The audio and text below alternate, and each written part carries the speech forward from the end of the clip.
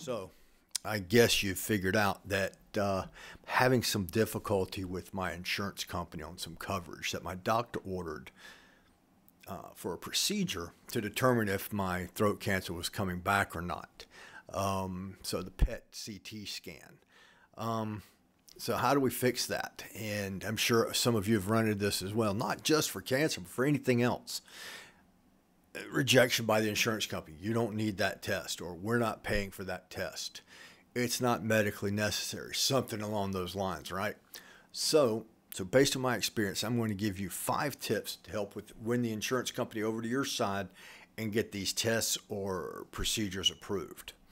So, number 1, read your policy. Look for and understand a table of benefits and exclusions. This is important. So if you look right here, this is a table of benefits.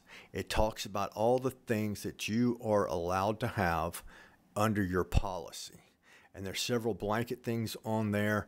And this is a table of benefits from my insurance company. It's all basically the same for all the insurance companies. They all put the same kind of stuff in there. Another thing you're looking for is table of exclusions. So the exclusion is things that are just not allowed. And you can look at this. This is my table of exclusions on here. And you can look at how get intimately familiar with these things. The more you know how to talk about it, the more intelligent you sound when you're talking about it, the more chance you've got of them thinking in their mind, okay, this person knows what's going on. We need to be on our P's and Q's. And you may find something there that helps you. If you can quote these things by page number, chapter, item number, paragraph number, whatever, then you're showing that you're a little bit smarter than the average person, and they need to be very careful with how they treat you with this. You may very well put up a good solid point that makes your case, and you don't have to go any further. But if you do, number 2, we want to look at, we're getting ready now for a bigger fight. So we're going to request a copy of everything our doctor's office or hospital is sent to the insurance company and the insurance company's response. Now, this might take a little bit of an effort on your part. Sit down with your doctor, make an appointment if you have to. Sit down with the doctor or the office manager and explain what it is you're trying to do. You're trying to get a procedure, a diagnostic scan, something done, but you need their help. And to do that, you need these copies of these things that they submit to the insurance company, and the insurance company has answered back with, because that's how it works. They submit, the insurance company answers back. So get all that together and keep your copies of everything. All right. So it's in the doctor's office. It's in their best interest to help you out with this, because in all honesty, they want you to get better. They want to do these diagnostic tests. They also want to do these procedures, but they also want to get paid for it. So it's in their best interest to help you out with this and help you fight the insurance company. Tip number 3. This is one of my favorites. I've had this work, not in insurance, but I've had this work in other companies before. Get on the company's social media, LinkedIn, Facebook, Twitter, Instagram, anything like that, and start looking for employees. Look for people such as the vice president of client relations, customer service, something like that, and get their name, and then you can start to figure out what their email address is. It's usually pretty simple to figure out. Once you've figured this out, when you start submitting your information or requesting information by email, CC anybody that's in the upper level up here, such as the CEO, the vice president of client relations, customer service supervisor, whoever it is. CC those people in, right? What will happen is you're now not lying, but the person you're communicating with may draw a conclusion that you may know who this person is. You may know each other. There's a reason you're adding them to this email. So put that in there.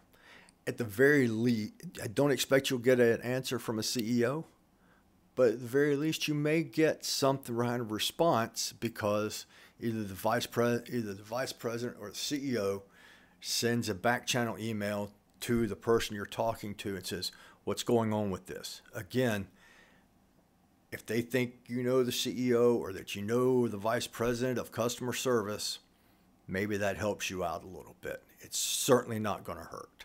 Like I said, I've had that work with me with a couple other companies before. I don't see why it couldn't work here. The other thing is, don't be angry or threatening. Like you just saw my demonstration on the phone, the fastest way to get a company to shut down or an employee to shut down is threaten their job, threaten the company.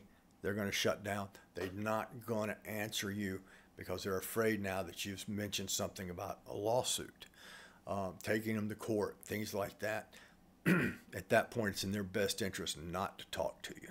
So we don't want to be angry or threatening. Everything we do is calm and professional and non-threatening. Okay? The threatening comes later. But right now we're going to go with that. Number 4, become familiar with the appeals process through the company. A lot of companies have an appeals process, and they have appointed someone that's like an ombudsman or a representative for the patient or the client who is there for you. So go through the appeals process, figure out how that works, and get all of that and submit. This is where we're going to take the paperwork that you requested before and submit everything to this appeals process. Now, one thing I would add to that is a letter from the doctor that specifically says your condition. It says what kind of testing or procedure is required, and the consequences of not getting that testing or procedure, and have the doctor sign it and add that to the top of the pile. Now you're one more step up there, right? So they're going to be reading this information, and hopefully at this point they have decided that, yeah, let's go ahead, quit fighting this, and go ahead and approve this person's procedure, right? But let's say we're now at, it's just still not working. Number 5, find out the process for filing a complaint through the state regulatory board or a commission against the insurance company itself. Follow the rules and the guidelines for submitting the complaint. Put, once again, a clear, polite, professional letter stating your purpose goes a long way towards getting what you need done.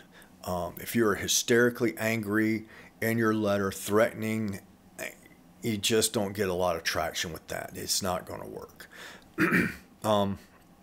Include the doctor's letter from the appeals process. Include all the paperwork that you've gotten from the insurance company and put it all in there, again, with your cover letter, and explain what's going on. Is every one of these things going to work? I don't know. Sometimes they do, or a lot of times they work. Sometimes they might not. You may just have one of those things that's just not covered. I don't know. The most important part about the whole process is just don't give up. Keep working it, keep plugging at it, go at different angles, get the test, get the procedure that you need that's going to save your life. Don't give up. Later.